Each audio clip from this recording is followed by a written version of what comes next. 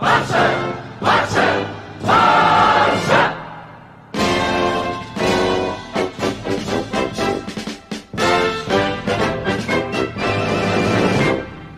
Hey guys, welcome to Blaugrana United. Welcome to another video.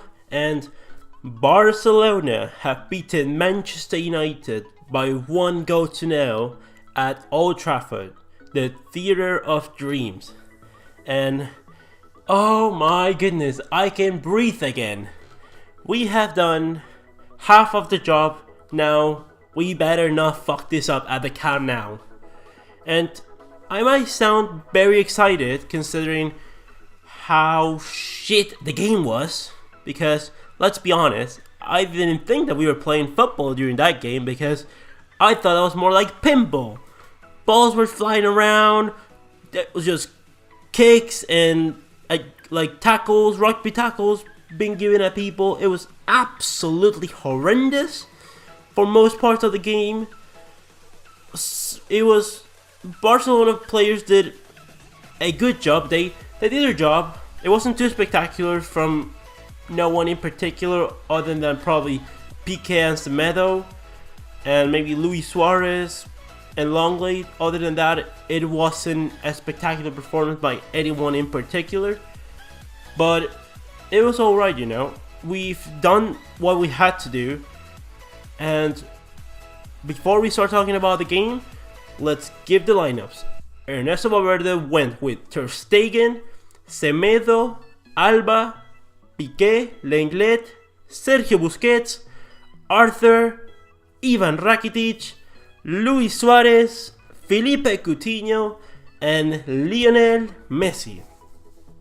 And Ole Gunnar Solskjaer decided to go with David De Gea, with Young, Lindelof, Shaw, Smalling, Dalot, a midfield three of Fred, McTominay, Paul Pogba, and a forward two of Romelu Lukaku and Marcus Rashford. Now, with that out of the way, let's talk about the game, because it was somewhat what I expected, other than we went out and played with a 4-3-3, which in my opinion is what I wanted to see, because I think sitting back with the likes of Lukaku attacking, like with crosses coming in for Lukaku, that would have been a lot of danger for us. I thought Piqué today was spectacular today. Like Longley was good, but Piqué was just on another level. Like since the turn of the year, he's been on another freaking level. It's been spectacular stuff from Gerard Piqué, and he has a shout for best defender of the season. Other than, I think, I would give that to Virgil van Dijk, but Gerard Piqué has been on another freaking level. I have so long that I've not seen a Gerard Piqué on this high level of concentration, of performance. It was spectacular for him. Semedo again, I think with this performance and the other performances he's been given this season, there's no excuse for Sergio Roberto to be winning the starting lineup. Like, he should not be a starter for Barcelona, because Semedo's been at such a high level so far this season. And again, Luis Suarez working the channels, his runs in behind, his high pressing, he's been uncomfortable for defenders. And I think that generally it was a decent performance from Barcelona. It was much better than the Manchester City performance we saw yesterday. But this Barcelona performance wasn't as spectacular as the Ajax performance today against Juventus. And now I'm going to talk I'm going to give a few minutes to Ajax. But let's finish talking about Barcelona against Manchester United, because this is what this video is about. And first of all, to anyone that wants to criticize Messi for not having a spectacular performance today, all I want to say is that yes, Messi did not have a spectacular performance today, but think about what were the conditions for Messi not having a spectacular performance. Did Barcelona move the ball at a high speed for create spaces for Messi to exploit those spaces and chances? No, we did not. Did Messi have 5 million people on him today. Yes, he did. Was Smalling totally abusing Lionel Messi today, and Fred was marking him during the whole game? Yes, they were. So, would you say Messi had the right opportunity to exploit his quality today? No, there was no chance for him to exploit his quality today, and yet he kind of did, because that assist to Luis Suarez was absolutely spectacular. He has eyes everywhere in his head. It's absolutely phenomenal to see. It reminded me like that assist he gave against Espanyol this season, where the ball's just floating perfectly for Luis Suarez. It was fantastic to see. It was phenomenal. And about the goal, that is what an own goal looks like.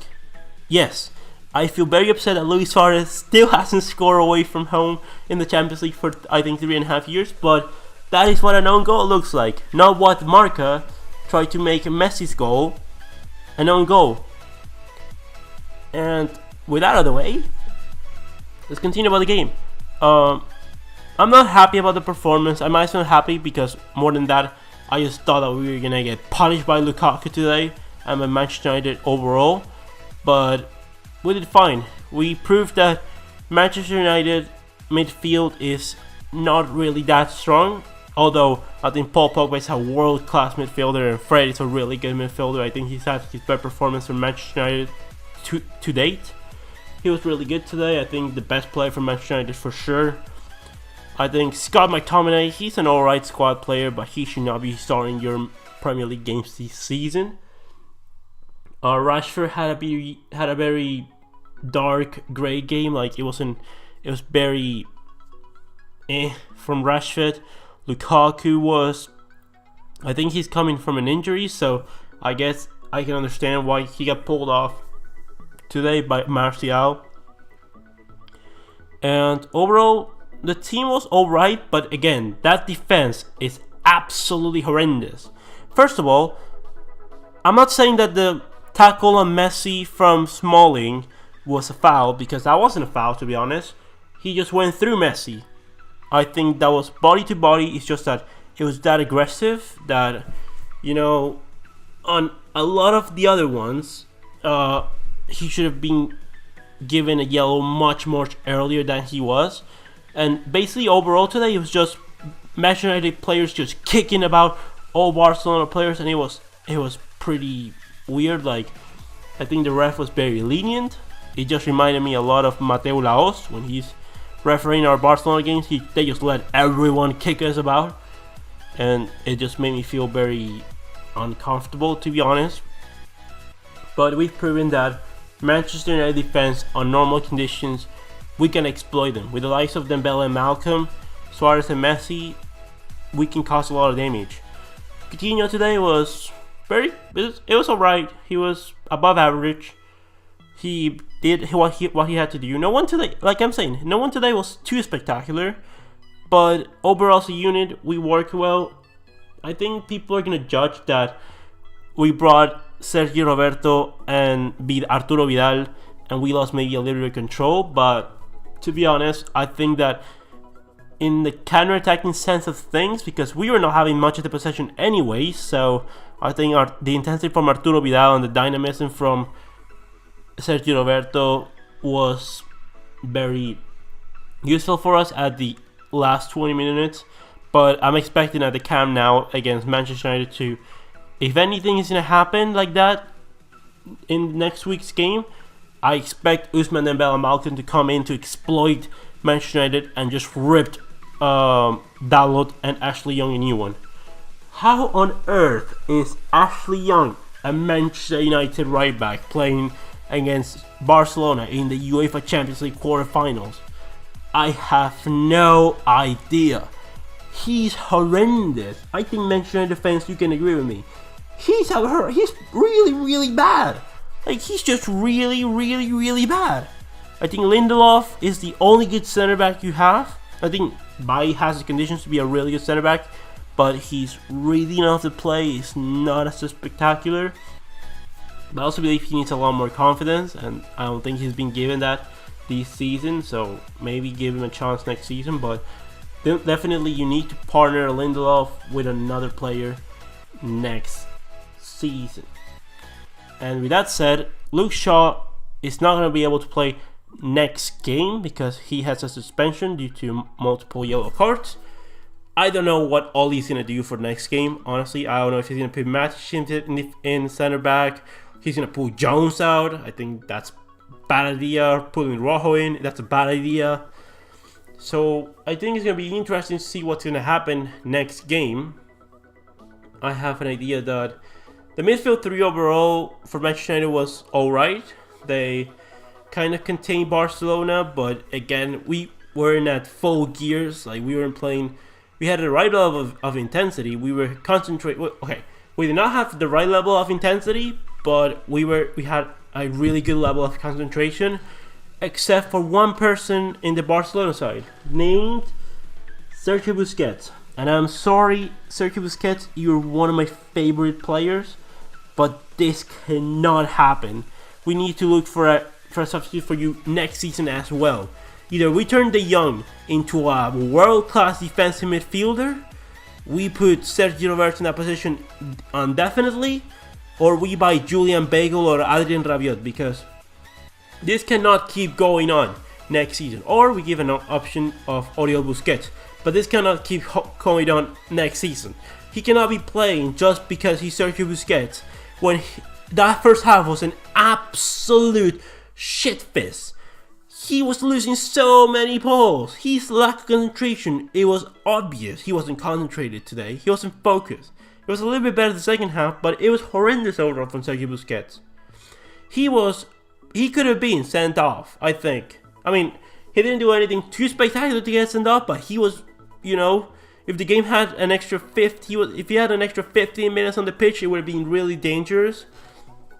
I think instead of pulling out the likes of Artur or the likes of Coutinho, I would have much rather you take out Sergio Busquets and put a double pivot of Ivan Rakitic and Arturo Vidal, because I think Coutinho it was a lot more concentrated.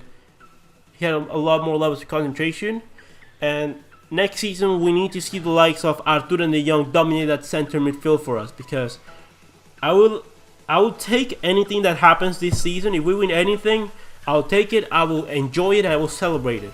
But next season, this cannot happen. I am not going to be happy with sitting back against a horrible Manchester United side and not giving them the willy, especially at home. If I see anything like this at home next game, I'm going to be really, really upset.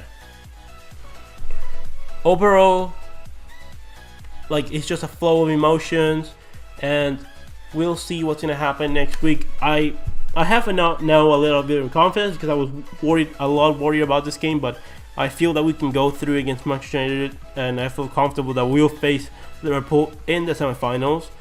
Yes, sorry Porto fans, I don't think you have a chance against Liverpool. One goal for Liverpool away from home means you have to score 4. So yes, Liverpool is going to be our rivals next game in the Champions League semi-finals, but we'll see what's going to happen.